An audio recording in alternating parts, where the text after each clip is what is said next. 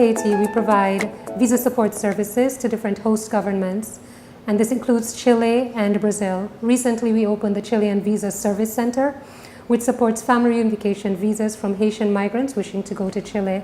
Now, this support not only is for the state in offering pre-consular support or administrative support, but to the migrant because we help them to make safe, orderly, responsible decisions and have regular pathways to migration to Chile. Le CAVC aide les gens à voyager de façon régulière, à ne pas être victime de traite, de trafic, de fraude, soit sur la frontière ou du moins dans n'importe quel pays où ils vont. For us, it has been really important to have the help from IOM, especially for process of family reunification visas, which is very new to all of us, especially in Chile. It's the first time we have this type of visa, and it's the first time that we have this type of collaboration with another organization for this application process.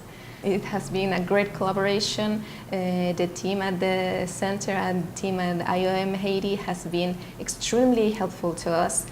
We have learned so much from them, and I hope you have also learned a lot from us. And we want to keep this collaboration going for many, many years. I think that this is only the first step we can take to provide good services for applicants, immigrants, and for us to learn about migration in general.